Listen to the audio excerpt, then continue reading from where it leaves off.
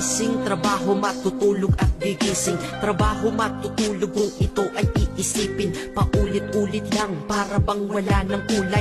Palaging ganito, ano ang punto ng iyong buhay? Sa sweldo, babayad, sa sweldo, babayad.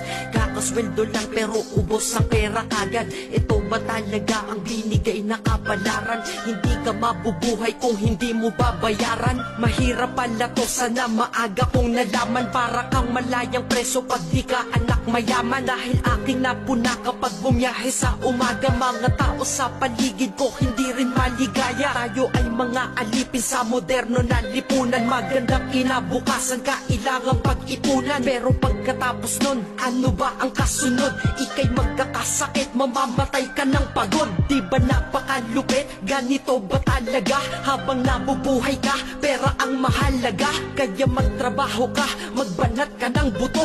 Yan ang